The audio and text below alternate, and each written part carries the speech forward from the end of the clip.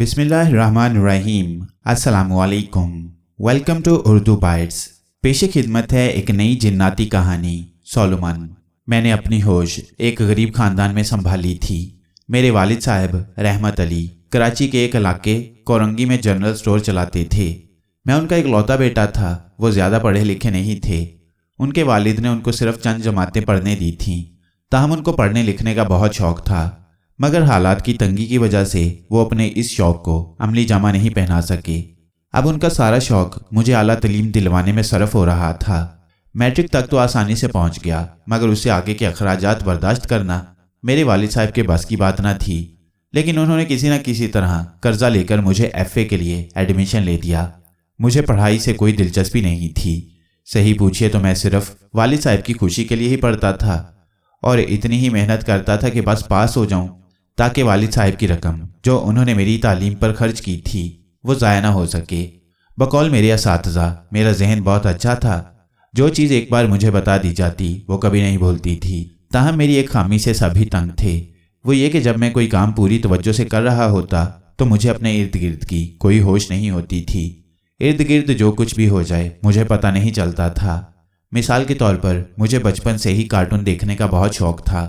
جب بھی ٹیلی ویژن پر کارٹون لگتے تو میں اتنا مگن ہو جاتا کہ والدین بلاتے رہ جاتے اور مجھے ان کی آواز تک سنائی نہیں دیتی تھی۔ ایک دفعہ کارٹون دیکھتے ہوئے میری والدہ نے گرم گرم چائے مجھے پینے کے لیے دی۔ میں کارٹونز میں اتنا مگن ہوا کہ مجھے چائے کا پتہ ہی نہ چلا۔ جب کارٹون ختم ہوئے تو میں نے اپنی والدہ سے بہت احتجاج کیا کہ انہوں نے چائے تو رکھ دی مگر مجھے نہیں بتایا، جس کی وجہ سے وہ ٹھنڈی ہو گئی۔ انہوں نے بہت کہا کہ انہوں نے مجھے آواز دی تھی، مگر میں نہ مانا۔ اسی طرح سے اکثر اسکول میں پڑھتے ہوئے مجھ سے میرے دوستوں نے کئی بار یہ شکایت کی کہ جب میں کچھ لکھ رہا ہوتا ہوں تو اکثر ان کی بات کا جواب نہیں دیتا۔ میں خود بھی اپنی اس خامی سے تنگ تھا۔ اس کی وجہ سے مجھے بہت خفت کا سامنا کرنا پڑتا تھا جب لوگ مجھ پر ہنستے تھے، اور مجھے بالکل یاد بھی نہیں آتا تھا کہ میں نے ان کی آواز سنی ہو۔ میرے والد صاحب بہت مذہبی شخص تھے۔ وہ ایک بزرگ برکت شاہ صاحب کے مرید تھے۔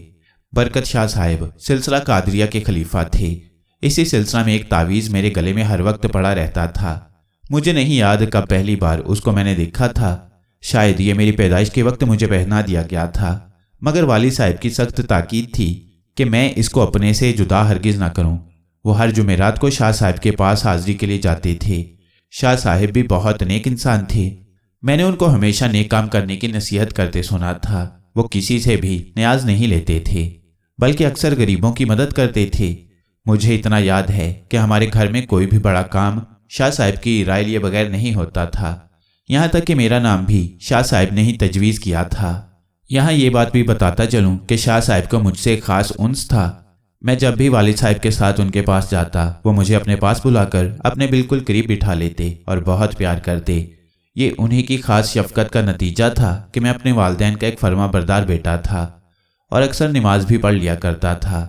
میں اپنی داستان کی ابتدا اس کو آپ سے کروں گا جہاں سے میری نئی زندگی شروع ہوئی۔ یہ اس دن کی بات ہے جس دن میں پہلی دفعہ کالج گیا تھا۔ میں بہت خوش تھا کیونکہ عارف جو میرے بچپن کا دوست تھا، اتفاق سے اس کا سیکشن بھی وہی تھا جو مجھے ایلوکیٹ ہوا تھا۔ اس کا مطلب تھا کہ ہم دونوں کالج میں بھی اکٹھے رہ سکتے تھے۔ اس رات میں کچھ جلدی سو گیا تھا تاکہ صبح وقت پر اٹھ کر کالج جا سکوں۔ اس رات میں نے وہ خواب دیکھا، ایک بہت ہی بزرگ ہستی جن کی داڑھی ناف سے بھی نیچے تک جا رہی ہے، مجھے بڑی توجہ سے دیکھ رہے ہیں اور کہہ رہے ہیں، بیٹا ہم کو تم سے بہت امیدیں ہیں، اتنی ساری قربانیاں ضائع مت ہونے دینا، وہ کام تمہیں کو کرنا ہے اور کوئی نہیں کر سکتا۔ ایسا نہ ہو کہ تم اپنی زندگی میں اتنا مگن ہو جاؤ کہ سب کچھ ضائع ہو جائے۔ ابھی میں ان کی بات پر غور کر رہا تھا کہ ایک بہت بڑی کالی چمگادڑ تیزی سے آتی ہے اور اس بزرگ کو اٹھا کر لے جاتی ہے۔ میں ہکا بکا دیکھتا رہ جاتا ہوں۔ بس یہ بات یاد رہ جاتی ہے کہ بزرگ کی آنکھوں میں بڑی بے بسی ہوتی ہے، جیسے وہ کچھ کہنا یا کرنا چاہ رہے تھے مگر اس حملے کی وجہ سے نہ کر سکے۔ اس کے ساتھ ہی میری آنکھ کھل گئی۔ اسی وقت فجر کی اذان میرے کانوں میں پڑی۔ میں نماز کا پابند تو نہ تھا، مگر جب کبھی فجر کے وقت آنکھ کھل جاتی تو نماز ضرور پڑھ لیتا تھا۔ اسی خواب کے بارے میں سوچتے ہوئے میں نے وضو کیا اور نماز پڑھی۔ مجھے اتنا معلوم تھا کہ جو خواب صبح کو فجر کی نماز کے وقت آتا ہے وہ سچا ہوتا ہے، مگر اس خواب کی کوئی تعبیر مجھے سمجھ نہیں آ رہی تھی۔ کچھ دیر تک میں اس کے بارے میں سوچتا رہا، پھر میری دماغی رو کالج کی طرف چلی گئی۔ آج کالج میں دوسرا دن تھا اور مجھے کالج کی آزادی بہت اچھی لگی تھی۔ جس مرضی کلاس کو چاہو چھوڑ دو، کوئی سختی نہیں تھی۔ آج میرا پروگرام دوست کے ساتھ کلفٹن جانے کا تھا۔ گھر والے یہی سمجھتے کہ ہم کالج میں ہیں اور ہم لوگ کالج کی اسمبلی اٹینڈ کر کے نکل جاتے۔ حقیقت میں یہ پروگرام عارف کا تھا۔ میں نے تو صرف ساتھ دینے کی حامی بھر لی تھی، مگر میں اس کے بارے میں بہت پرجوش تھا۔ بڑی بے چینی سے کالج کے وقت کا انتظار کیا اور پھر ناشتہ کر کے کالج کی طرف چل پڑا۔ ماں نے حسب معمول جاتے ہوئے 1 روپے کا ایک نوٹ میری جیب میں ڈال دیا۔ مجھے پیسوں کی کبھی پرواہ نہیں ہوتی تھی، مجھے صرف اپنے سائیکل کی مرمت وغیرہ کے لیے اس کی ضرورت پڑتی تھی۔ میں نے عارف کے گھر کا رخ کیا اور اس کو ساتھ لے کر کالج چل پڑا۔ حسب پروگرام 9 بجے کی اسمبلی کے بعد ہم باہر نکل آئے۔ ہمارا ایک دوست کلاس میں ہماری پراکسی اٹینڈنس کے لیے تیار تھا، اس لیے اب کالج کی ہمیں کوئی فکر نہ تھی۔ کلفٹن جاتے ہوئے رستے میں عارف نے کہا، سلیمان تم کبھی ساحل سمندر گئے ہو؟ ایک بار والد صاحب کے ساتھ، میں نے جواب دیا۔ کیا تمہیں معلوم ہے کہ ساحل پر مغربی سمت میں ایک چھوٹی سی کٹیا ہے، کبھی دیکھی ہے وہ؟ عارف نے سوالیہ لہجے میں پوچھا۔ نہیں یار، میں نے جواب دیا۔ تمہیں معلوم ہے بابا کو سیر و سیاحت کا بالکل بھی شوق نہیں ہے۔ وہ تو اماں نے کہا کہ بچے کو سمندر ہی دکھا دو تو بابا مجھے یہاں لے آئے تھے۔ بس کچھ دیر سمندر دکھایا کہ ایسا ہوتا ہے اور بس۔ میرے جواب پر عارف مسکرانے لگا، پھر بولا، لو اب جی بھر کر دیکھ لینا۔ جب ہم کلفٹن پہنچ گئے تو سائیکل ایک سٹینڈ پر لگا کر ہم لوگ ساحل پر نکل پڑے۔ سمندر بہت بھلا لگ رہا تھا۔ سمندر کی لہریں اپنی سرکشی دکھا رہی تھیں۔ تھوڑی دیر ایسے ہی نظارہ کرنے کے بعد عارف نے مجھے اشارہ کیا اور ہم لوگ مغربی سمت چل پڑے۔ میری آنکھیں اس کٹیا کو تلاش کر رہی تھیں اور میں سوچ رہا تھا کہ اس میں دیکھنے والی کیا چیز ہو سکتی ہے۔ کچھ دیر چلنے کے بعد ہمیں وہ کٹیا نظر آ گئی۔ حیرت کی بات یہ تھی کہ اس کٹیا کے باہر کچھ لوگ بڑے نیازمندانہ انداز میں کھڑے تھے۔ عارف نے ان کو دیکھتے ہی کہا، وہ دیکھو کٹیا۔ اس کا مطلب ہے کہ وہ سب باتیں سچ ہیں؟ کون سی باتیں؟ میں نے حیرت سے پوچھا۔ سلیمان، میں نے سنا ہے کہ اس کٹیا میں ایک بزرگ بابا رہتا ہے اور کبھی کبھی موج میں آ کر وہ کچھ کرامات دکھاتا ہے، جیسے جن حاضر کرنا، جنوں سے باتیں کرنا، کسی بھی ایک شخص کے بارے میں، اس کے ماضی اور مستقبل کی باتیں وغیرہ وغیرہ۔ عارف نے تفصیل بتاتے ہوئے کہا۔ بابا کب باہر آئے گا؟ میں نے دلچسپی لیتے ہوئے پوچھا۔ کوئی نہیں جانتا، عارف نے جواب دیا۔ بابا اپنی مرضی کا مالک ہے، کوئی اسے مجبور نہیں کر سکتا۔ لوگ یہاں پر اپنی اپنی مرادیں اور خواہشیں لے کر آتے ہیں اور باہر بیٹھ کر انتظار کرتے ہیں۔ بابا خود ہی باہر آتا ہے اور جس کی مراد یا خواہش وہ چاہے پوری کرتا ہے۔ ہم لوگ تقریباً 2 گھنٹے تک وہاں انتظار کرتے رہے اور پھر واپس آ گئے۔ اس طرح آزادی سے گھومنا مجھے بہت اچھا لگا تھا، خاص طور پر کالج کے اسٹڈی ٹائم میں۔ ایک رات میں نے وہی خواب پھر دوبارہ دیکھا۔ حیرت کی بات یہ تھی کہ میں سارا دن اس خواب کو بھولے ہوئے تھا اور رات کو سوتے ہوئے بھی میرے ذہن کے کسی گوشے میں اس کے بارے میں کوئی سوچ نہیں تھی، مگر پھر بھی وہ خواب پھر آیا اور اسی طرح صبح فجر کی اذان پر میری آنکھ کھل گئی۔ اس دن اور کوئی خاص بات نہ ہوئی۔ کالج میں بھی روٹین میں کلاسیں پڑھیں کیونکہ کوئی خاص پروگرام نہیں تھا، مگر دن میں کئی دفعہ اس خواب کے بارے میں سوچنے پر مجبور ہو گیا، مگر میرے پاس اس کی کوئی تعبیر نہیں تھی۔ ایک دفعہ دل میں آیا کہ والد صاحب سے اس کا ذکر کروں، مگر پھر سوچا ایسے ہی وہ سنجیدہ ہو جائیں گے کہ شاید کوئی بزرگ حقیقت میں مجھے بلا رہا ہو وغیرہ وغیرہ۔ اس رات میں خاص طور پر اس خواب کے بارے میں سوچ رہا تھا اور میرا خیال تھا کہ وہ خواب آج پھر آئے گا، مگر ایسا نہیں ہوا۔ اگلے دن عارف نے اسمبلی کے بعد پھر نکلنے کا کہا۔ چونکہ مجھے سمندر پر جانا اچھا لگا تھا اس لیے میں پھر ساتھ ہو گیا۔ کلفٹن پہنچ کر اس بار ہم قمیض اتار کر پانی میں گھس گئے۔ بڑا لطف آیا۔ چونکہ کپڑے گیلے ہو گئے تھے اس لیے ان کو سکھانے کے لیے ہم ایسے ہی ساحل پر گھومنے لگے۔ اچانک ہم نے اس کٹیا کو دیکھا، وہاں ایک مجمع اکٹھا ہوا تھا۔ ہم سمجھ گئے کہ آج بابا جی باہر آئے ہوئے ہیں۔ ہم فوراً ادھر پہنچ گئے۔ اس اجتماع میں زیادہ لوگ بڑی عمر کے تھے، اس لیے ہمیں اگلی سطر پہنچنے میں کوئی زیادہ زور آزمائی نہیں کرنا پڑی۔ بابا جی کسی شخص سے اس کی بپتا سن رہے تھے۔ اچانک انہوں نے اونچی آواز میں کہا، بس ہم سب سمجھ گئے۔ ان کی آواز میں ایک جلال تھا۔ یہ ایک جن کا کام ہے، تم 10,000 کا بندوبست کرو۔ اس اتوار کو ہم تمہارے گھر آئیں گے اور اس جن کو پکڑ کر لے جائیں گے۔ مجھے بابا جی کو دیکھ کر کچھ تعجب ہوا۔ پہلی بات تو یہ کہ ان کی داڑھی کچھ عجیب سی تھی، جیسے خود ہی بڑی ہوئی ہو اور بے ڈھنگے سے انداز میں بکھری ہوئی تھی۔ دوسری بات یہ کہ جس انداز میں انہوں نے پیسے مانگے تھے، اس سے ایسا لگتا تھا کہ ان کو اس سائل کے مسئلے سے زیادہ ان پیسوں سے دلچسپی ہے۔ جی حضور، میں آپ کا احسان ساری زندگی نہیں بھولوں گا، اس فریادی نے بڑی عاجزی سے جواب دیا۔ بس بس، अब हमारी रियाजत का टाइम हो गया है, बाबा जी ने रोबदार अंदाज में कहा। उसी वक्त एक नौजवान शख्स ने ऊंची आवाज में कहा, बाबा जी आज कुछ नहीं दिखाएंगे। उसकी आवाज में लजाजत थी। हम बड़ी दूर से आए हैं, क्या देखोगे? बाबा जी ने मुस्कुराते हुए बड़े शाहाना अंदाज में कहा, जो हजूर चाहें। उसी नौजवान ने फिर आजिजी से कहा, अच्छा बोलो, किस शख्स के बारे में बताएं? सब कुछ, माजी, हाल और मुस्तकबिल। बाबा जी ने उसी शाहाना अंदाज में पूछा। सब लोग खामोश थे। सबको पता था कि जिस शख्स को भी आगे किया गया उसे सबके सामने अपना माजी, हाल और मुस्तकबिल सुनना पड़ेगा, इसलिए कोई भी खुद को पेश करने में हिचकिचा रहा था। बोलो भाई, किसको सुनना है? बाबा जी ने सारे मजमा की तरफ देखा मगर कोई ना बोला। बाबा जी की नजरें उसी नौजवान की तरफ उठ गईं। नौजवान समझ गया कि फाल उसी के नाम की निकलेगी, इसलिए उसने जल्दी से कहा, बाबा जी किसी को परिंदा बनाकर दिखाइए। नौजवान का मकसद शायद अपनी जान छुड़ाना था या फिर वो वाकई इम्तिहान लेने पर उतरा हुआ था। बाबा जी ने मुंह ही मुंह में कुछ पढ़ा और उसी की तरफ फूंक दिया। अगला लम्हा सबके लिए बहुत हैरान कुन था। वो नौजवान अचानक गायब हो गया और उसी जगह से एक परिंदा उड़ता हुआ नजर आया। सब लोग हैरान खड़े देख रहे थे और फिर सब ने तारीफी कलमात कहने शुरू कर दिए। थोड़ी देर में हमने उसी नौजवान शख्स को एक तरफ से आते हुए देखा। करीब आकर उसने बाबा जी की तरफ देखते हुए पूछा, अभी मुझे क्या हुआ था? उसके अंदाज में ताज्जुब था। मैं तो उधर खड़ा हुआ था मगर अचानक मैंने अपने आप को उस दरख्त के पास खड़े हुए पाया। उसके बयान पर सब हंसने लगे और बाबा जी हंसते हुए अपनी कुटिया में चले गए। मेरे दिमाग में आंधियां चल रही थीं। ये सब कैसे हो गया? क्या वो नौजवान वाकई परिंदा बन गया था और उसको एहसास भी नहीं हुआ? आरिफ भी मेरी तरह हैरत ज़दा खड़ा था। कुछ देर में मजमा बिखर गया। हम भी घर की तरफ चल पड़े। मैंने आरिफ की तरफ देखते हुए पूछा, क्या वाकई वो शख्स परिंदा बन गया था? लगता तो ऐसा ही है। आरिफ ने हैरानी से जवाब दिया, वो शख्स हमारे सामने ही गायब हुआ और उसकी जगह परिंदा उड़ता हुआ नजर आया। मगर उस शख्स को ये याद क्यों ना रहा कि वो भी परिंदा बना था? मैंने पुरख्याल अंदाज में पूछा। हो सकता है जब वो परिंदा बना तो उसका जहन भी परिंदे के जहन की तरह महदूद हो गया, जिसकी वजह से उसकी याददाश्त ने काम नहीं किया। आरिफ ने अपने तौर पर इसकी वजाहत करते हुए कहा, मगर साफ जाहिर हो रहा था कि वो खुद अपने जवाब से मुतमईन नहीं था। बहरहाल हम दोनों के पास इसका कोई जवाब नहीं था और हम दोनों हैरत ज़दा अपने अपने घर पहुंच गए। उस रात सोने से पहले मैंने अपने वालिद से पूछा, बाबा क्या जादू की हकीकत है? बिल्कुल बेटा, उन्होंने जवाब दिया। हमारे नबी पाक सल्लल्लाहु अलैहि वसल्लम पर भी जादू हुआ था। कैसा हो सकता है कि एक शख्स जादू से एक जीते जागते इंसान को परिंदा बना दे? मैंने असल मकसद की तरफ आते हुए पूछा। बाबा ने हुंकारा भरा, मेरा इल्म इस मामले में नाक़िस है। हो भी सकता है और नहीं भी, मगर तुम क्यों पूछ रहे हो? आखिर में उन्होंने वही सवाल पूछ लिया जिसका मुझे डर था। बस वैसे ही, मैंने टालते हुए कहा। जाहिर है मैं ये तो नहीं बता सकता था कि कॉलेज जाने के बहाने हम क्लिफ्टन गए हुए थे।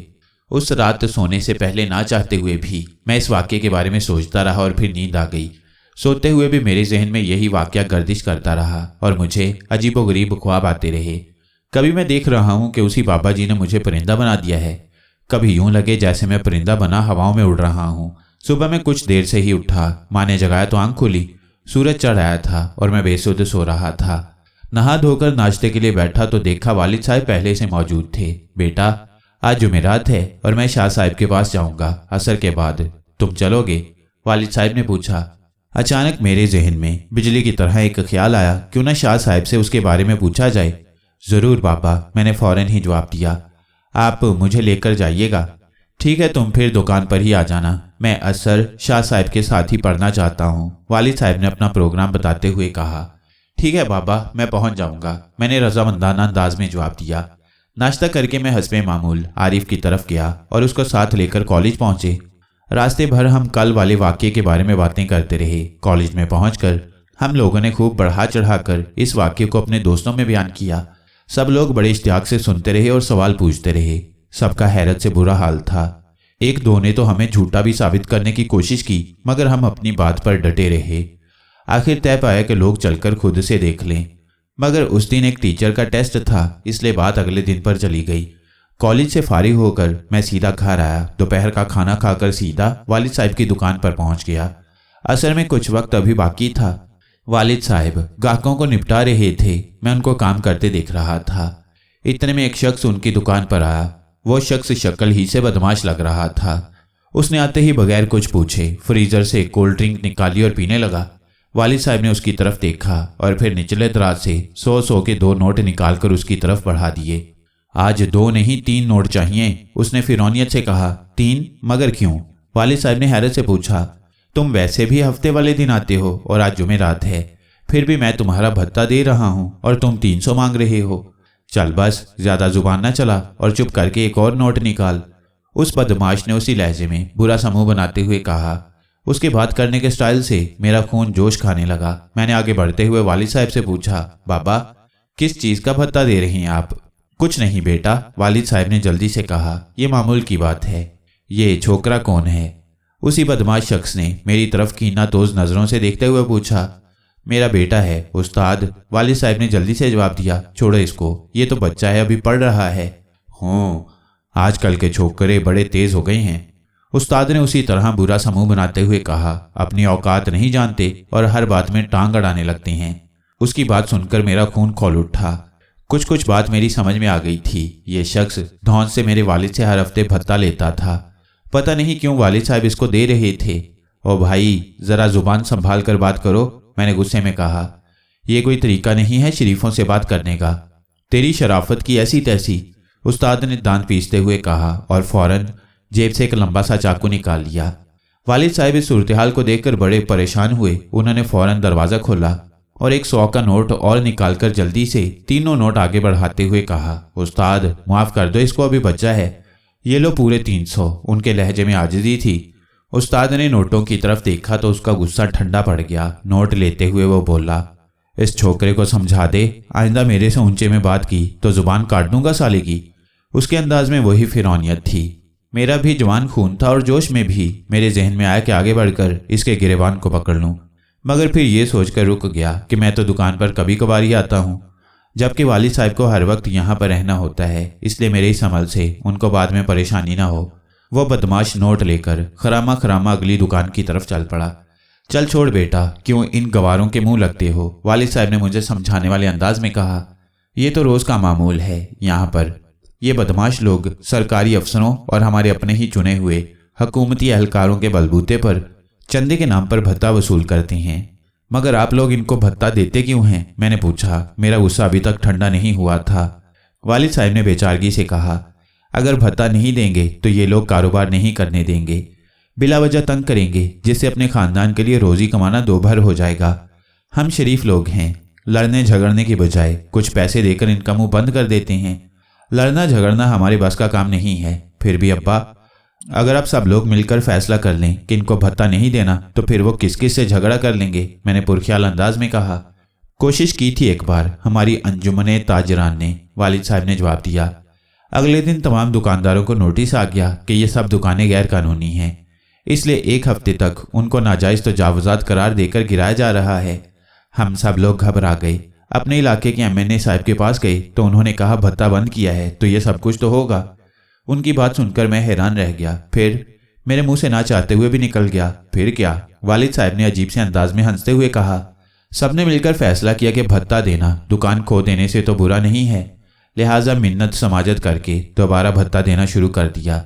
मैं सर झुकाकर सोचने लगा कि ये सब क्या है। मुझे परेशान देखकर वालिद साहब जल्दी से दुकान बंद करते हुए बोले, चलो छोड़ो इन चक्रों को, नमाज का वक्त हो गया है, चलो शाह साहब की तरफ चलें। हम दोनों दुकान बंद करके वहां से चल पड़े। शाह साहब एक मदरसा चलाते थे, वहीं नमाज पढ़ी और फिर उनके गिर्द बैठ गए। मुझे देखकर शाह साहब मुस्कुराए और कहने लगे, आओ भाई सुलेमान, क्या हाल है आपका? जी बिल्कुल ठीक, मैंने मुअद्दबाना अंदाज में जवाब दिया। आ जाओ भाई, हमारे पास बैठो, उन्होंने मोहब्बत भरे लहजे में कहा। मैं आगे बढ़कर उनके पास बैठ गया। उन्होंने मेरे कंधे पर मोहब्बत से हाथ रख दिया। कुछ लोग एक शरई मसला पूछने लग गए। शाह साहब ने बहुत फरासत से उनको जवाब दिया और फिर वालिद साहब की तरफ देखते हुए पूछा, हाँ भाई रहमत अली, तुम्हारे क्या हालात हैं? अल्लाह का बड़ा एहसान है शाह जी, वालिद साहब ने जवाब दिया, बस आपकी दुआओं के तालिब हैं। इतने में एक शख्स ने आकर इतला दी कि शाह साहब के आबाई गांव से उनकी ज़मीनों से कुछ अनाज आया है ट्रक में। शाह जी ने कहा कि उसको पिछले कमरे में उतरवा लो। उसी शख्स ने हिचकिचाते हुए कहा कि एक आदमी की ज़रूरत है जो माल उतारने में मदद करे। इससे पहले कि बोलता, वालिद साहब फौरन उठ खड़े हुए। चलो मैं चलता हूँ, वालिद साहब ने कहा। अरे रहमत अली, तुम रहने दो, और लोग हैं ना? शाह साहब ने फौरन ही कहा, शाह जी, ये मेरे लिए बड़े एजाज की बात है, ये नाचीज़ आपके किसी काम आ जाए। वालिद साहब ने बड़ी आजिज़ी से जवाब दिया, मेहरबानी फरमाकर मुझे इस नेक काम से मत मना करें। अच्छा, जैसे तुम्हारी खुशी, शाह साहब ने हथियार डालते हुए कहा। वालिद साहब के जाते ही मुझे ख्याल आया कि ये बहुत अच्छा मौका है मुझे अपने सवाल पूछने का। मैंने फौरन ही सवाल कर दिया, शाह जी, जादू क्या होता है? शाह साहब ने गौर से मेरी तरफ देखा और फिर मुस्कुरा दिए। भाई, जब कोई मामूल से हटकर ऐसा काम हो जाए जिसे हमारी अकल ना समझ सके तो उसे हम जादू कहते हैं। उन्होंने मुस्कुराते हुए मुझे समझाया। क्या कोई आदमी जादू के जरिए किसी इंसान को परिंदा बना सकता है? मैंने जल्दी से अपने असली सवाल की तरफ आते हुए पूछा। नहीं, उन्होंने सर को नफी में हिलाते हुए कहा, ऐसा सिर्फ किस्से कहानियों में होता है।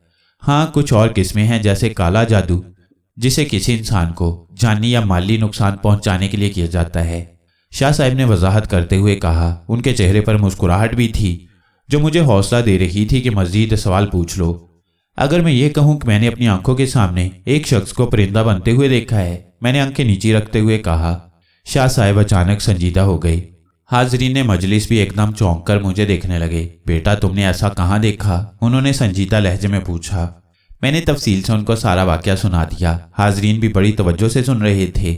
मैंने अपनी बात ख़त्म की तो थोड़ी देर के लिए शाह साहब खामोश हो गए। उन्होंने आंखें बंद कर लीं और कुछ देर मुराकबा किसी कैफियत में बैठे रहने के बाद फरमाने लगे, बेटा, मेरा इल्म नाकिस है, फिर भी मैं वसूख के साथ कह सकता हूँ कि ऐसा कोई जादू नहीं है। उनका लहजा बहुत संजीदा था। उस शख्स के बारे में मैंने पहले भी सुन रखा है। मेरे ख्याल में वो काला जादू जानता है। काले जादू में एक अमल ऐसा भी होता है जिससे हाजरीन की आंखों के आगे पर्दा पड़ जाता है और आमिल जो दिखाना चाहता है वही मामूल देखता है। मिसाल के तौर पर उस वक्त उस आमिल ने तमाम लोगों की आंखों पर पर्दा डालकर उन्हें यह दिखा दिया कि वो शख्स गुम हो गया है और एक परिंदा वहां उड़ रहा है, और दूसरे अमल से उस आमिल ने अपने बीरों को हुक्म दिया होगा कि फौरन इस शख्स को उठाकर दूर दरख्त के पास छोड़ाओ। चूंकि काले जादू के बीर बहुत ताकतवर होते हैं, इसलिए उन्होंने ये काम पलक झपकने में कर दिया होगा। शायद यही वजह है कि उस शख्स को ये याद नहीं रहा कि वो उड़ा भी था, क्योंकि वो ना ही परिंदा बना था और ना ही उड़ा था। मुझे उनसे तफसील सुनकर ऐसा लगा जैसे सारे सवालों का जवाब मिल गया हो, मगर काले जादू के बारे में मेरा इल्म जीरो था। सो मौके से फ़ायदा उठाते हुए मैंने अगला सवाल कर दिया, ये बीर क्या चीज़ होते हैं शाह जी? छोड़ो बेटा इन बातों को, शाह जी ने टालते हुए मगर मुस्कुराहट के साथ जवाब दिया। काला जादू करने वाला दायरा इस्लाम से खारिज होता है, इसलिए उसके बारे में जानकर क्या करना। फिर उन्होंने एक हदीस मुबारक सुनाकर ईमान की फजीलत बयान की। इसी दौरान वालिद साहब भी आ गए और मैं खामोशी से शाह साहब की बातें सुनता रहा। मुझे कुछ अपने सवालों का जवाब मिल गया था, मगर ये बीर क्या होते हैं और काले जादू का अमल किस तरह दूसरे लोगों की आंखों को वो दिखाता है जो वो चाहता है। ज़ाहिरी बात है अब मैं दोबारा शाह साहब से ये सवाल नहीं कर सकता था। कुछ देर उनके पास बैठने के बाद हम लोग मगरिब की नमाज के लिए उठ गए। नमाज के बाद शाह साहब अपने हुजरा में चले गए और हम लोग घर की तरफ चल पड़े। वालिद साहब रास्ते में मुझे निस्बत और मुरीद होने के फ़वाइद गिनवाते रहे। घर पहुंचकर खाना वगैरह खाकर मैं सोने के लिए चला गया। उस रात मुझे बहुत देर के बाद नींद आई और इसीलिए सुबह देर से उठा। नाश्ता वगैरह से फारिग होकर मैं कॉलेज की तरफ निकल पड़ा। कॉलेज तो एक बहाना था, आज तो हमारा प्रोग्राम फिर क्लिफ्टन पर जाने का था। हम लोग कॉलेज इकट्ठे हुए और फिर 4 मजीद दोस्तों के साथ क्लिफ्टन की तरफ चल पड़े। उन दोस्तों में रियाज भी था जिसने इसको सरासर झूठ करार दे दिया था। मैं रास्ते में आरिफ को शाह साहब से हासिल होने वाली तफसील बताता रहा। चूंकि हम दोनों ही काले जादू से नाबलद थे, इसीलिए बस अपने अंदाजे से एक दूसरे को बताते रहे। इतने में हम क्लिफ्टन पहुंच गए। बाबा जी की कुटिया के बाहर हस्बे मामूल रश था, लेकिन आज बाबा जी बाहर नहीं आए थे। हमने वहीं रहकर इंतज़ार करने का फैसला किया। तकरीबन 3 घंटे के थका देने वाले इंतज़ार के बाद कुटिया का दरवाज़ा खुला और बाबा फिर निकल आया। मैंने गौर से उसका जायज़ा लिया तो अंदाज़ा हुआ कि उसके कपड़े भी काफ़ी गंदे थे और दाढ़ी और सर के बालों से अंदाज़ा हो रहा था कि शायद वो काफ़ी अरसे से नहाया नहीं है। आज मेरा देखने का अंदाज कुछ बदला हुआ था। उस बाबा जी ने बाहर निकलकर हाजरीन पर एक नज़र डाली और पता नहीं क्यों उसकी नज़रें हम बच्चों पर रुक गईं। इतने में एक आदमी ने थोड़ी सी बुलंद आवाज़ में फरियाद की कि कुछ अरसे से उसके सारे काम उल्टे पड़ रहे हैं। अगर बाबा जी उसके लिए कोई दुआ वगैरह कर दें तो वो उनका शुक्रगुजार होगा। बाबा जी ने उसकी तरफ देखा और हंस कर कहा, दुआ तो कभी हमने अपने लिए नहीं की, तुम्हारे लिए क्या करें। फिर कुछ तवक्कुफ करके बोला, अगर 5000 नजराना लाओ तो बात बन जाएगी, ये तो बड़ी रकम है। उस आदमी ने लजाजत से जवाब दिया, कुछ वक्त लग जाएगा, तो जाओ इंतज़ाम करो। बाबा जी ने जलालाना अंदाज में जवाब दिया, अगर हो जाए तो आ जाना। अचानक मुझे एक सवाल सूझा और मैंने ऊंची आवाज़ में कहा, बाबा जी क्या आप मुसलमान हैं? सवाल तो मैं कर बैठा मगर बाद में डरा, क्योंकि एकदम सारे मजमे को जैसे सांप सूंघ गया। बाबा जी ने घूर कर मुझे देखा और लापरवाही से जवाब दिया, हम लोग मजहब वगैरह से ऊंचे होते हैं, ये बातें आम लोगों के लिए होती हैं। ये जवाब सुनते ही सारे मजमे ने तारीफें शुरू कर दी और मुझे रोज़े रोशन की तरह अय्यां हो गया कि ये शख्स काला जादू जानता है और दायरा इस्लाम से खारिज है। इसी दौरान कुछ और फरियादी भी आगे आए और उन्होंने नजराने वगैरह दिए और अपने मसाइल हल करवाए। जब बाबा जी वापस जाने लगे तो हस्बे मामूल किसी ने फिर फरमाइश की कि कुछ दिखाए। क्या देखोगे भाई? बाबा जी ने हस्बे मामूल शाना अंदाज में पूछा। बाबा जी आप खुद तोता बनकर दिखाएं, अचानक रियाज ने ऊंची आवाज में कहा। सारे मजमा ने फिर एक बार हम लड़कों की तरफ देखा। साफ तौर पर लग रहा था कि उनको हमारी मदाखलत पसंद नहीं आई थी। हमारी छोड़ो, अपनी बात करो। बाबा जी ने घूरने वाली नजरों से देखा। क्यों भाई, पोल खुल जाएगा? रियाज शेखी पर उतरा हुआ था। बाबा जी ने घूरते हुए मुंह ही मुंह में कुछ पढ़ा। मैं समझ गया कि अब रियाज को वो कोई परिंदा या जानवर बनाएगा, लेकिन जो हुआ वो हमारे लिए मुकम्मल तौर पर गैर मुतवक्का था। अचानक रियाज का जिस्म हवा में बुलंद होने लगा। रियाज को पहले तो यकीन नहीं आया, मगर जब तकरीबन 15 फुट की ऊंचाई पर उसका जिस्म मौलिक हो गया तो उसके मुंह से चीखें निकलना शुरू हो गईं। मुझे नीचे उतारो, खुदा के लिए मुझे नीचे उतारो। रियाज के हलक से चीखें बुलंद हो रही थीं। बाबा जी ने शाहाना अंदाज में मजमा की तरफ देखा और फिर रोबदार आवाज में कहा, बोलो, अब ताशू बाबा को तंग करोगे? नहीं करूंगा, प्लीज मुझे नीचे उतारो। रियाज के सारे कसबल निकल चुके थे। मुझे पहली बार पता चला कि बाबा जी का नाम ताशू बाबा है। ताशू बाबा ने कुछ देर इंतजार किया और फिर मुंह ही मुंह में कुछ पढ़ा तो रियाज अचानक तेजी से जमीन पर आ गिरा। इतनी ऊंचाई से गिरने की वजह से उसे काफी चोट आई। शायद उसका बाजू उसके अपने वजन के नीचे आ गया था। दूसरे लड़कों ने उसे उठाने की कोशिश की और तब अंदाजा हुआ कि उसका हाथ शायद टूट गया था, क्योंकि वो उसे हिला नहीं पा रहा था और मुसलसल कराह रहा था। इस वाक़े ने सारे मजमे को खौफजदा कर दिया। उनको अंदाजा हो गया कि अगर किसी ने ताशू बाबा के साथ बदतमीजी की तो उसका अंजाम यही होगा। ये करतब दिखाने के बाद ताशू बाबा अंदर चल पड़ा। हम लड़कों ने भी रियाज को सहारा देते हुए वहां से निकलने में आफियत समझी। कई लोगों ने हमें आइंदा इधर ना आने का मशवरा दिया। मैं और आरिफ वापस घर की तरफ चल पड़े। मैं खौफजदा तो नहीं था, मगर मुझे रियाज की हालत पर अफसोस ज़रूर था। उसकी गलती इतनी बड़ी नहीं थी जितनी उसको सज़ा दे दी गई थी। मैं और आरिफ आपस में बातें करते हुए घर पहुंच गए। उस दिन मैं देर तक बैठा ये सोचता रहा कि अगर इस तरह की ताकतें रखने वाला शख्स अगर यूं बेलौग लोगों को सजाएं देना शुरू कर दे तो उसको कौन रोक सकेगा? कोई तो होना चाहिए जो उसको रोक सके। कुछ दिन इसी तरह से गुजर गए। मैंने और आरिफ ने दोबारा उधर का रुख नहीं किया। रियाज के साथ क्या हुआ हमें कुछ नहीं पता चला। बस उसने कुछ अरसे की छुट्टियां ले लीं और फिर पता चला कि उनके वालिद का तबादला किसी और शहर हो गया और वो शहर और कॉलेज छोड़कर चले गए। ये शायद उससे छठे दिन की बात है कि आरिफ को बुखार हो गया। मैं उसकी तीमारदारी के लिए गया तो हैरत अंगेज बात का पता चला कि उसके बुखार की डॉक्टरों को समझ नहीं आ रही। सब रिपोर्ट्स बिल्कुल क्लियर हैं, मगर बुखार उतर ही नहीं रहा। आरिफ के वालिद साहब ने किसी और डॉक्टर को दिखाने का कसद किया। 2-3 दिन तक मैं मुसलसल आरिफ की तीमारदारी के लिए जाता रहा और उसका हौसला बढ़ाता रहा। एक दिन मैं आरिफ के पास ही बैठा था कि उसने मुझे अजीबोगरीब बातें बताईं। उसने बताया कि अक्सर रात को उन्हें अपने घर की छत पर बिल्लियों के लड़ने और चीखने की आवाज़ें आती हैं और ये कि उनके घर में अक्सर किसी न किसी हिस्से से खून का ढेर मिलता है। एक बार वो ढेर आरिफ के ऊपर गिरा था जिससे उसका सारा बदन खून में नहा गया था। आरिफ के वालिद का ख्याल था कि किसी ने उन पर जादू करवाया है। ये सब बातें मेरे लिए बहुत हैरत का बाइस थीं। वापसी पर मैंने घर से अपनी कुछ जमा पूंजी ली और बाजार जाकर जादू से मुतल्लिक जितनी भी किताबें नजर आईं खरीद लाया। रात देर तक वो पढ़ता रहा। उन किताबों में अक्सर ये सारी अलामात काले जादू की बताई गई थीं और उनका हल सिर्फ ये था कि पता चलाया जाए कि अमल किसने किया और किन चीज़ों पर किया है। उसको तल्फ करके ही इससे छुटकारा मुमकिन था। एक किताब में यह भी लिखा था कि अगर कोई बुजुर्ग कामिल मिल जाए तो वो इसका तोड़ कलाम पाक से कर सकते हैं। मुझे फौरन शाह साहब का ख्याल आ गया। अगर उनके पास काले जादू के बारे में मालूमात थी तो यकीनन वो इसका तोड़ भी जानते होंगे। अगले दिन मैं खुद ही शाह साहब के पास जा पहुंचा। वो दरस में मसरूफ़ थे। मुझे देखकर बैठने का इशारा किया। कुछ देर बाद वो मेरे पास आए और बोले, हाँ भाई सुलेमान मियाँ, आज कैसे आना हुआ? उनके लहजे में बदस्तूर मिठास थी। शाह जी, तकलीफ़ की माजरत चाहता हूँ। दरअसल आपसे एक दरख्वास्त करना थी, मैंने मुअद्दबाना अंदाज में कहा। हाँ बोलो। मैंने उनको आरिफ के बारे में तफसील बता दी। आपसे दरख्वास्त है कि उसका कोई इलाज तजवीज़ करें। शाह साहब ने बगौर मेरी तरफ देखा और फरमाने लगे, काले जादू का तोड़ कलाम पाक में है। तुम ऐसा करो, अपने दोस्त को आज असर के बाद मेरे पास लेकर आना। मैं कोशिश करूँगा, शिफा तो अल्लाह के हाथ में है। मेरे लिए उनके इतने अल्फाज भी खुशी का बायस थे। मैं वहाँ से सीधा आरिफ के घर गया, उसको सारी बात बताई। आरिफ के वालिद भी आ गए थे, उनको भी शाह साहब के बारे में बताया। दोनों तैयार हो गए। हम ठीक असर के वक्त शाह साहब के यहाँ पहुँच गए। नमाज उनके पीछे पढ़ी, फिर उनकी खिदमत में हाजिर हुए तो शाह साहब ने आरिफ को देखते ही कह दिया कि जादू ही है। फिर उन्होंने पानी पढ़कर दम किया कि सुबह शाम इसको दो।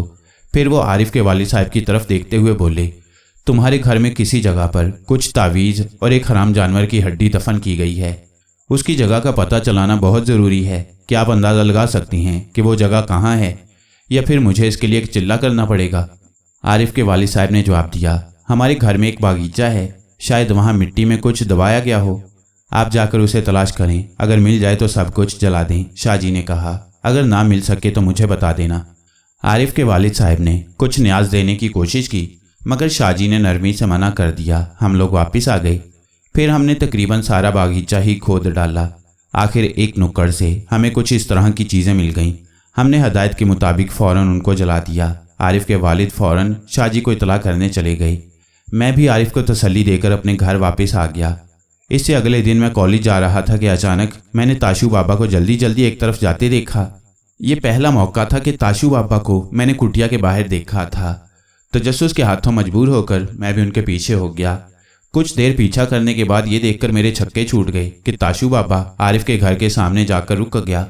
उसने दरवाज़ा खटखटाया। आरिफ के वालिद साहब शायद अभी काम पर नहीं गए थे। उन्होंने दरवाज़ा खोला और फिर ताशू बाबा से कुछ बात की। साफ नज़र आ रहा था कि आरिफ के वालिद साहब ताशू बाबा की बातों से परेशान हो गए थे। फिर कुछ देर के बाद ताशू बाबा वापस चल पड़ा। उसके जाने के बाद मैं भी कॉलेज की तरफ चल पड़ा, क्योंकि देर हो रही थी। कॉलेज में वक्त बहुत मुश्किल से कटा। जैसे ही आखिरी पीरियड ख़त्म हुआ मैं फ़ौरन घर पहुंचा। किताबें रखी और खाना खाए बगैर ही आरिफ के घर जा पहुंचा। आरिफ घर पर ही था और कुछ परेशान नज़र आ रहा था। मेरे पूछने पर कहने लगा, यार सुलेमान, वो ताशू बाबा आया था। फिर मैंने पूछा, वो वालिद साहब को कहकर गया है कि तुम्हारे बेटे पर काला जादू हुआ है। हम जितनी भी कोशिश कर लें उससे छुटकारा नहीं मिल सकता। एक बार को रोकोगे तो दूसरा बार हो जाएगा। उसने कहा कि उसके पास इसका मुकम्मल तोड़ है, मगर इसके लिए हमें 40,000 का इंतज़ाम करना पड़ेगा, आरिफ ने बताया। आरिफ की बातें सुनकर मेरे जहन में आंधियाँ सी चलने लगीं। ताशू बाबा को कैसे पता चला कि आरिफ पर जादू है और उसका एक वार भी रोक लिया गया है? अंकल ने ताशू बाबा से पूछा कि उनको इसका कैसे पता चला। मैंने सवाल किया। हाँ, उन्होंने पूछा था, आरिफ ने जल्दी से कहा। मगर ताशू बाबा ने कहा कि उनसे कोई बात भी छुपी हुई नहीं है। फिर अंकल ने क्या जवाब दिया? मैंने अगला सवाल किया। तुम जानते हो कि शाह साहब से मिलकर हमें पहले ही पता चल चुका है कि यह काला जादू था, और जब से वो चीज़ें जलाई हैं मुझे बुखार नहीं हुआ। इसलिए बज़ाहिर ये लगता है कि वाकई वो वार रुक गया है। अब जिस शख्स को इन सारी बातों का इल्म अपनी कुटिया में हो गया, यकीनन वो उसका मुकम्मल तोड़ भी जानता होगा। इसलिए अब्बू अब पैसे इकट्ठे कर रहे हैं, कर्ज वगैरह लेकर, ताकि इसका एक मुकम्मल तोड़ कर लिया जाए, आरिफ ने तफसील बताते हुए कहा। अंकल ने शाह साहब से मशवरा किया? मैंने पूछा। नहीं, आरिफ ने जवाब दिया। अब्बू ताशू बाबा के बारे में पहले से जानते हैं। कुछ मैंने बताया था और कुछ उनके दफ्तर के साथियों ने। उनको लगता है कि ताशू बाबा शायद शाह साहब से ज़्यादा इल्म रखते हैं, जो उनको कुछ ना बताने से भी सब पता चल गया। ना सिर्फ पता चल गया, बल्कि उन्होंने हमारा घर भी ढूंढ लिया। जो भी हो, एक बार तो उनके पास जाना चाहिए था, मैंने असरार किया। हो सकता है वो कुछ रहनुमाई कर सकें। सुलेमान, तुमने भी ताशू बाबा की ताकत का तमाशा अपनी आंखों से देखा है। उन्होंने कितने ही लोगों की फरियादें पूरी की हैं, कितनों का ही इलाज किया है। जब वो खुद चलकर हमारे पास आ रही हैं तो उनसे मुंह नहीं मोड़ा जा सकता। तुम जानते हो कि उनसे मिलने वालों की तो कितारें लगी होती हैं। आरिफ ने तकरीबन हतमी लहजे में फैसला करते हुए कहा। ठीक है, जैसे तुम बेहतर समझो करो। मैंने मजीद बहस करना मुनासिब नहीं समझा। कुछ देर मजीद बातें करने के बाद मैं घर आ गया। बाद में मुझे पता चला कि आरिफ के वालिद ने 40,000 की रकम ताशू बाबा को पहुंचा दी और अगले दिन से आरिफ ने कॉलेज जाना शुरू कर दिया। अब वो बिल्कुल ठीक ठाक था और उसके सब मसले हल हो गए थे। मैंने भी खुदा का शुक्र अदा किया कि मेरे दोस्त की जान उस अजाब से छूटी। चंद दिन के बाद मैं फिर वालिद साहब के साथ शाह जी के पास गया। उन्होंने उसी मोहब्बत के साथ हमारा इस्तकबाल किया। बातों बातों में आरिफ का जिक्र आ गया। हाँ भाई सुलेमान, आपका दोस्त अब कैसा है? शाह जी ने मुझसे पूछा। कोई और प्रॉब्लम तो नहीं हुई उनको उन चीज़ों को जलाने के बाद? पहले मैंने सोचा कि बोलूँ नहीं और बस इस तज़किरे को यही ख़त्म कर दूँ, क्योंकि शायद ताशू बाबा के जिक्र पर शाह जी को अच्छा ना लगे। लेकिन फिर सोचा कि शाह जी ने इतने खुलूस से हमारी मदद की है तो यकीनन ये जानकर उनको खुशी ही होगी कि इस मसले का एक पक्का हल हो गया है। शाह जी, वो आरिफ के वालिद साहब ने किसी और आमिल से कोई अमल करवाया था जिससे बकौल उस आमिल के अब कोई आरिफ पर फिर जादू का वार नहीं कर सकता। मैंने सारी सूरत हाल बताते हुए कहा। ताशू बाबा का नाम मैंने फिर भी नहीं लिया। अच्छा चलो, अच्छा हुआ, अल्लाह उसको सेहत और तंदुरुस्ती दे। शाह जी ने खुश होकर दुआ देते हुए कहा। वैसे सुलेमान मियाँ, तुम्हें पता है कि वो जादू तुम्हारे दोस्त पर किसने करवाया था? क्या उस नए आमिल ने इसके बारे में कुछ बताया? नहीं शाह जी, मैंने फौरन जवाब दिया। चलो तुम्हें मालूमात के लिए बता देता हूँ, क्योंकि तुम भी इस मौजू पर काफ़ी दिलचस्पी रखते हो। शाह जी ने मुस्कुराते हुए कहा। तुम्हारे दोस्त पर जादू उसी काला जादू के माहिर ने किया था जो क्लिफ्टन के साहिल पर कुटिया में रहता है। उसका नाम ताशू लाल है और वो असल में हिंदू है। इस इंकशाफ ने मेरे जहन में आंधियां चला दी। मैं एकदम से अपने आप में खो गया। ये मैंने क्या सुना? ताशू बाबा ही इसके पीछे था, मगर वो तो इलाज करने वाला था, उसने तो आरिफ की मदद की थी। ताशू बाबा एक हिंदू है। मैं अपनी सोचों में गुम था कि अचानक बाबा ने मुझे झिंझोड़ा। बेटा, किधर गुम हो? शाह जी तुमसे कुछ पूछ रही हैं। बाबा की आवाज़ मुझे दूर से आती हुई महसूस हुई। मैं एकदम चौंक पड़ा। शाह जी, ये उस लड़के में एक खामी है, आपसे पहले भी जिक्र किया था मैंने, बाबा कह रहे थे। बस किसी चीज़ में गुम होता है तो फिर इसको कुछ सुनाई नहीं पड़ता। मेहरबानी करके इसके लिए दुआ करें। मैं माजरत चाहता हूँ शाह जी, बस इस बीमारी की वजह से मुझे नदामत का सामना करना पड़ता है। मैंने माजरत ख्वाहाना अंदाज में कहा। आप क्या पूछ रहे थे? कोई बात नहीं बेटा, ऐसा हो जाता है, शाह साहब ने मोहब्बत से जवाब दिया। ये कोई अजीब बात नहीं है। मैं ये पूछ रहा था कि वो कौन सी आमिल हैं जिनसे तुम्हारे दोस्त ने वो अमल करवाया है। मैं इसलिए पूछ रहा हूँ कि अगर मेरे पास फिर इस किस्म का कोई साइल आए तो मैं उसकी भी रहनुमाई कर सकूं। ताशू बाबा, मेरे मुंह से बेख्तियार निकल गया। क्या? शाह जी ने हैरत से पूछा। जी शाह जी, मैंने खोए खोए से अंदाज में जवाब दिया। शाह जी थोड़ी देर खामोश रहे, फिर बोले, तुम्हारे दोस्त को उस आमिल का किसने बताया? ताशू बाबा खुद चलकर आए थे उनके दरवाजे पर। मैंने कहा और फिर पूरी कहानी सुना दी। ओह मेरे खुदा, तो ये सिलसिला है। उस बदवक्त ने खुद ही जादू किया और जब देखा कि मरीज खुद चलकर उसके पास नहीं आया बल्कि किसी और जगह से इलाज करवा रहा है तो उसने नई चाल के जरिए अपने पैसे खड़े कर लिए। शाह जी सारी सिचुएशन को समझते हुए बोले। शाह जी, आपको मुकम्मल यकीन है कि ये अमल ताशू बाबा ने ही करवाया था? मैंने डरते डरते सवाल किया। हाँ बेटा, मैंने अल्लाह के कलाम के जरिए एक चिल्ला किया था ताकि पता चला सकूं कि इसके पीछे कौन है। मुस्तकिल इलाज के लिए इस बात का पता चलना बहुत ज़रूरी है कि अमल कौन करवा रहा है। और मेरे चिल्ला के दौरान मुझे उस बदबख्त का चेहरा दिखाई दिया।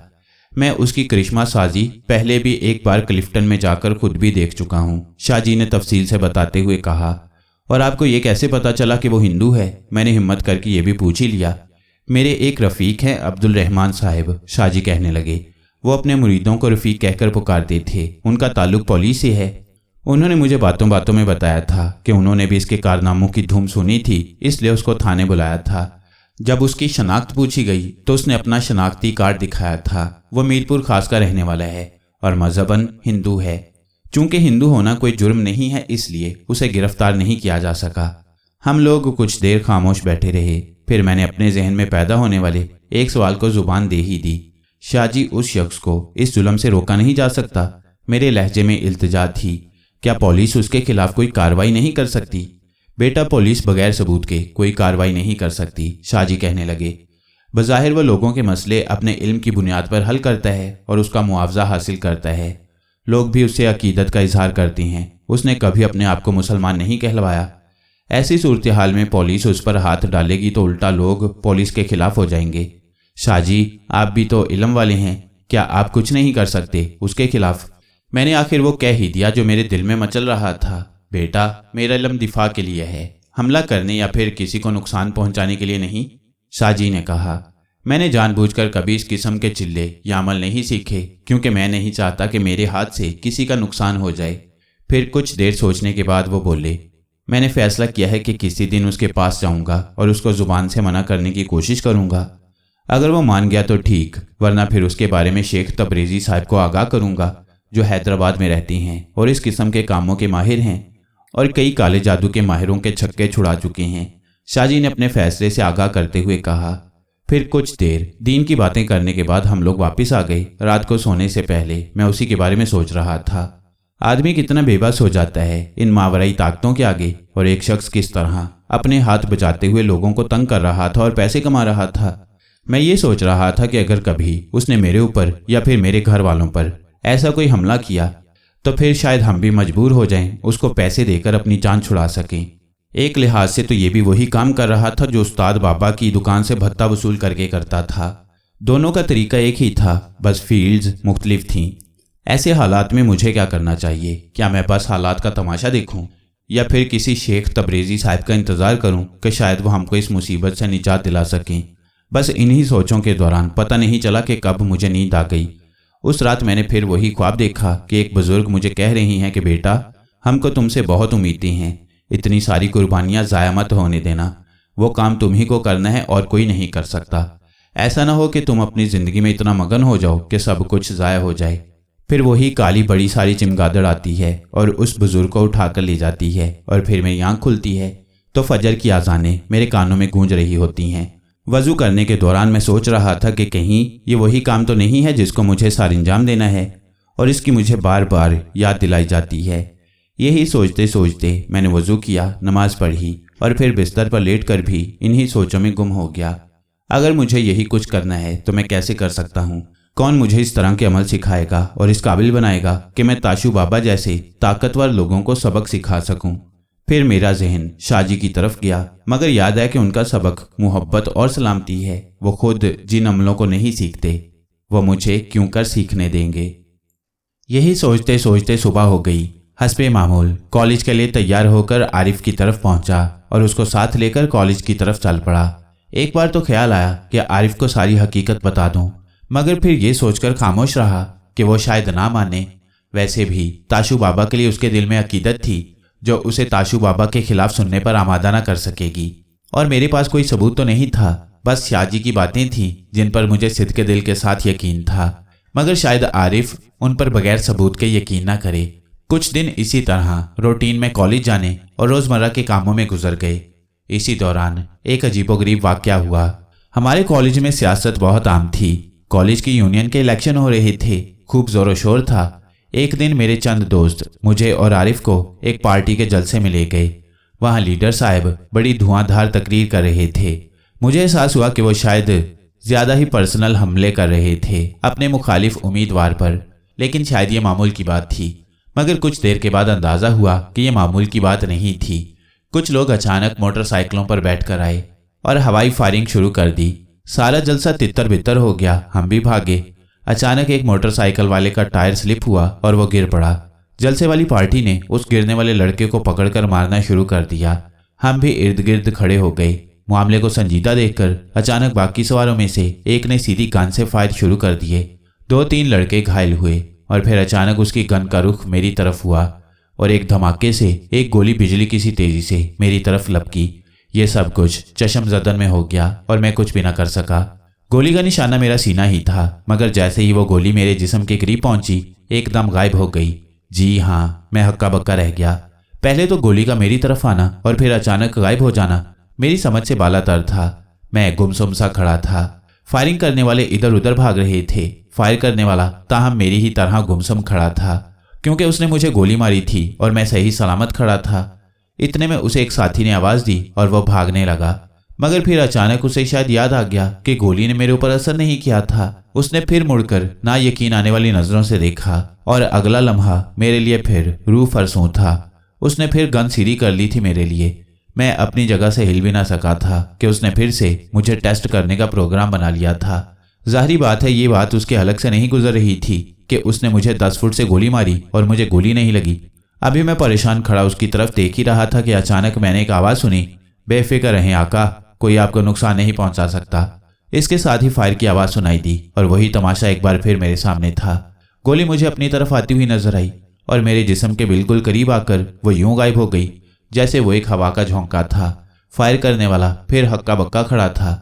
इतने में दूर से पुलिस के सायरन की आवाज़ आने लगी और सारे सवार भागने लगे। मुझे मारने की कोशिश करने वाले ने भी करीब से गुजरते हुए एक मोटरसाइकिल की पुश्त पर सवार होने के लिए छलांग लगाई और पलक झपकने में ये जा वो जा। जो कुछ मेरे साथ हुआ था मेरे लिए बिल्कुल भी नॉर्मल नहीं था, इसलिए मैं अपने हवास में नहीं था। अचानक मुझे महसूस हुआ कि कोई मुझे झंझोड़ रहा है। मैंने चौंक कर देखा तो आरिफ था। वो कह रहा था कि भागो। मुझे नहीं मालूम कि मैं कैसे उसके साथ भाग रहा था और कैसे हम कॉलेज से बाहर निकले। साइकिल स्टैंड से आरिफ ने मेरी साइकिल निकाली और शायद घबराहट में या फिर मेरी हालत देखकर उसने खुद ही चलाने का फैसला किया। मैं उसके साथ बैठ गया और वो आंधी और तूफान की तरह साइकिल चलाता हुआ घर की तरफ चल पड़ा। मुझे घर पहुंचाकर वो पैदल ही अपने घर की तरफ चल दिया। अब मेरे कुछ औसान बहाल हुए थे, लिहाजा मैंने साइकिल घर के अंदर खड़ी की और धड़ाम से अपने बिस्तर पर गिर पड़ा। क्या हुआ बेटा? माँ ने पूछा। तबीयत तो ठीक है? बस माँ, कॉलेज में कुछ लड़के लड़ पड़े थे, इसलिए कॉलेज में जल्दी छुट्टी हो गई और लड़ाई देखने की वजह से मेरी तबीयत जरा बोझल है, मैंने सच बात बताते हुए कहा। ओह खुदाया, माँ ने आप भर कर कहा। ये लोग क्यों लड़ते हैं? आपस में प्यार मोहब्बत से क्यों नहीं रहते? ठहर, मैं तेरे लिए गर्म दूध लेकर आती हूँ। माँ ये कहकर बावर्ची खाने में चली गई और मैं बिस्तर पर लेटा अपने ऊपर बीतने वाले वाकयात पर गौर कर रहा था। इसमें कोई शक नहीं कि मेरे औसान मुकम्मल तौर पर बहाल नहीं थे, मगर वो आवाज़ मैंने अपने पूरे होशो हवास में सुनी थी। और फिर अचानक एक और बात ने मेरे रोंगटे खड़े कर दिए। क्या कोई आंख तेजी से फायर किए हुए बुलेट को देख सकती है? यकीनन नहीं, या शायद एक झमाके से ज्यादा नहीं, मगर मैंने गोली को अपने बिल्कुल करीब आते हुए देखा था। रिवॉल्वर से निकलकर मेरे तक आने का फासला मुझे कई सेकंड पर मुहित लगा था। ये कैसे हो गया? मेरी आंख ने उसे कैसे देख लिया? और अगर देख भी लिया तो वो बुलेट कहाँ गई? एक नहीं, दो बुलेट मैंने अपनी आंखों के सामने गायब होती देखी थी। सोचते सोचते मेरा सर चकराने लगा। उसी वक्त माँ ने दूध लाकर दिया और मुझे वो दूध एक नेमत की तरह महसूस हुआ। लो बेटा, इसे छोटे छोटे घूंटों में पी लो, माँ ने नसीहत करते हुए कहा और मैंने दूध पीना शुरू कर दिया। जैसे जैसे दूध हलक से नीचे जा रहा था, एक नई तवानाई मेरे अंदर हलौल कर रही थी। दूध पीकर मेरे चकराते हुए जहन को कुछ सुकून मिला, मगर वो सोच, ये सब कुछ कैसे हो गया, क्यों हुआ? अभी भी ये सवाल मेरे जहन में घूम रहे थे। शाम तक मैं इन्हीं के साथ जंग करता रहा। फिर शाम को आरिफ मिलने आ गया। उसके पास गर्मा गर्म खबरें थीं। उस हंगामे में 3 लड़के जाँ बहक हो गए थे और दर्जन भर जख्मी हुए थे। कॉलेज के प्रिंसिपल साहब ने फौरी तौर पर कॉलेज को 3 दिनों के लिए बंद करने का हुक्मनामा जारी कर दिया था। सुलेमान, यार आंटी को बोल लो कुछ बांट दें गरीबों में, आरिफ ने कहा। क्यों? मैंने चौंक कर पूछा। क्यों का क्या मतलब? आरिफ ने मुझे घूरते हुए पूछा। मैंने अपनी आंखों से देखा था एक हमलावर को तुम पर गोली चलाते हुए, मगर शायद उसका निशाना चूक गया और तुम बच गए, वरना शायद आज मरने या जख्मी होने वालों में तुम्हारा भी नाम होता। हो हाँ, ये तो है, मैंने फिर ख्यालों के भंवर में कूदते हुए कहा। आरिफ कुछ देर बातें करके चला गया और मैं फिर अपने ख्यालात के साथ। अब इसमें तो कोई शक नहीं था कि मुझे किसी गैर मरई ताकत ने बुलेट से बचाया। एक बार नहीं बल्कि 2 बार उस ताकत ने मुझे मुखातिब भी किया। बड़ी अजीब सी गैर इंसानी आवाज़ थी वो। बेफिक्र रहें आका, कोई आपको नुकसान नहीं पहुंचा सकता। तो क्या वो ताकत मेरी गुलाम है जो उसने मुझे आका कहकर मुखातिब किया? मगर ये कैसा गुलाम है जिसे मैं नहीं जानता? इसी तरह की सोचों में गरक मैं न जाने कब नींद की वादी में चला गया। नींद में भी अजीबोगरीब ख्वाब देखता रहा। अगले 2-3 दिन मैंने घर में ही गुजारे। ये सारे वाकयात थे ही बहुत अजीबोगरीब, लेकिन वक्त के साथ साथ मैं अपने आप को संभाल रहा था। काफ़ी सोच विचार करने के बाद मैंने एक फैसला किया, मुझे ये सारी बातें किसी से शेयर करनी चाहिए, वरना ये सोचें मेरे दिमाग की चूलें हिला देंगी। मगर किससे? माँ से या बाबा से? दोनों शायद मुझे ना समझ सकें और उस गैर मरई ताकत की बात पर शायद परेशान भी हो जाएं। फिर कौन? अचानक मेरे जहन में शाह साहब का ख्याल आ गया। हाँ, वो ठीक हैं।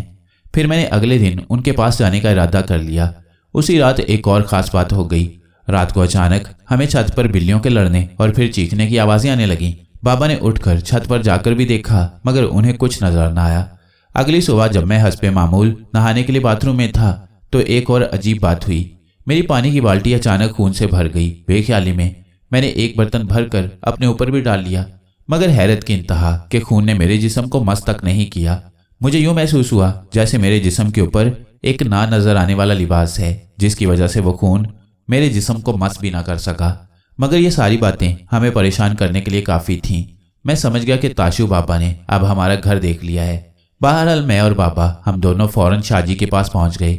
सुबह सुबह हमें अपने पास देखकर शाहजी भी हैरान रह गए। जब हमने सारी सूरत हाल बताई तो उन्होंने हमें तसल्ली दी और साथ में दम वाला पानी भी दिया कि मुझ समेत सब घर वालों को पिलाऊं। मैं बाबा के सामने अपने साथ कॉलेज में पेश आने वाले वाक़ये की बात नहीं करना चाहता था, इसलिए खामोशी रहा। हाँ, दिल ही दिल में शाम को फिर आने का इरादा करने लगा। वहां से फारिग होकर हम वापस घर पहुंचे। कॉलेज जाने का तो सवाल ही पैदा नहीं होता था, बस घर ही रहा। हाँ, बाबा ने दुकान खोली और हस्बे मामूल काम किया। उनकी आमदनी कम थी, इसलिए घर का खर्चा चलाने के लिए उनका दुकान करना जरूरी था। शाम को मैं फिर शाहजी के पास पहुंच गया। मैं जानबूझकर मगरिब के बाद गया था। शाहजी अपने हुजरे में थे। मैंने इस वक्त तकलीफ देने की माजरत की और उनसे कुछ वक्त की दरख्वास्त की। शाहजी हमेशा की तरह मेरे ऊपर मेहरबान थे। मैंने शाहजी को सारा वाकया तफसील के साथ सुनाया जो मेरे साथ कॉलेज में पेश आया था, और फिर खून का मेरे जिस्म को मस ना करना। यहाँ तक कि मैं रवानी में मैंने उस ख्वाब का भी जिक्र कर दिया जो अक्सर मुझे आता था, और यह भी कि जब भी वो ख्वाब आता तो मेरी आंख हमेशा फजर की अजान के साथ खुलती थी। शाहजी ने बहुत गौर से मेरी एक एक बात सुनी और फिर कुछ देर सोचते रहे। कुछ देर उन्होंने मुराकबा भी किया। बेटा, एक बात तो बिल्कुल साफ है कि अल्लाह ताला ने तुम्हारा इंतखाब किसी खास काम के लिए किया है। इसी सिलसिले में वो तुम्हारी हिफाजत भी कर रहा है। मगर हैरत की बात है कि जब मैं तुम्हारे बारे में कुछ भी जानने के लिए मुराकबा करता हूँ तो बस नूर के बादल ही नजर आते हैं, कुछ नुमाया नजर नहीं आता। ऐसा मेरे साथ पहली बार हुआ है, वरना हमेशा मुझे अल्लाह की रहमत से कोई ना कोई इशारा जरूर मिल जाता है, शाहजी ने कहा। शाहजी मेरी रहनुमाई फरमाई। मैं सोच सोच कर पागल हुआ जा रहा हूँ। मैंने आजिज़ी के साथ कहा, बेटा सब्र करो, अगर अल्लाह ने तुमसे कोई काम करवाना है तो ज़रूर वक्त आने पर सब कुछ तुम पर खुद ही वाजे हो जाएगा। यकीनन इस रुकावट में भी तुम्हारे लिए कोई मसलहत होगी, शाहजी ने मुझे समझाते हुए कहा। फिर कुछ देर तक वो मुझे सब्र और इस्लाम में मसलहत पर दरस देते रहे। फिर मैं उनसे इजाज़त लेकर घर आ गया। चंद दिन और गुजर गए और कोई ख़ास बात नहीं हुई, सिवाय इसके कि मेरा जहन हर वक्त कुछ ना कुछ सोचता रहा। आखिर मैंने अपने आप को हालात पर छोड़ने का फैसला कर लिया और अपने आप को पुरसुकून करने की कोशिश करने लगा। और फिर एक दिन ताशू बाबा हमारे घर पहुंच गए। दरवाज़ा मैंने खोला था। मुझे देखकर ताशू बाबा खास अंदाज में मुस्कुराए। मुझे सब पता है जो कुछ तेरे इर्द गिर्द हो रहा है, ताशू बाबा ने मखसूस शाहाना अंदाज में कहा। जी, क्या हो रहा है? मैंने जानबूझकर अनजान बनते हुए कहा। अनजान मत बन बच्चा, तुम्हारे ऊपर जादू का हमला है, बहुत ही कड़क। पहली बार तुम बच गए, मगर अब दूसरा हमला पहले से ज्यादा सख्त होने वाला है, ताशू बाबा ने उसी अंदाज में कहा। फिर मैंने बेजारी में कहा और ना चाहते हुए भी मेरे मुंह से निकल गया, अब मुझे कितने पैसे देने पड़ेंगे इस दलदल से निकलने के लिए? ताशू बाबा ने चौंक कर मुझे देखा और फिर जल्दी से बोला, बच्चा तुम्हारे लिए बहुत खास अमल करना पड़ेगा। अपने बाप को बोल 40,000 का इंतजाम कर ले। ताशू बाबा ने कहा, बाकी मैं संभाल लूंगा।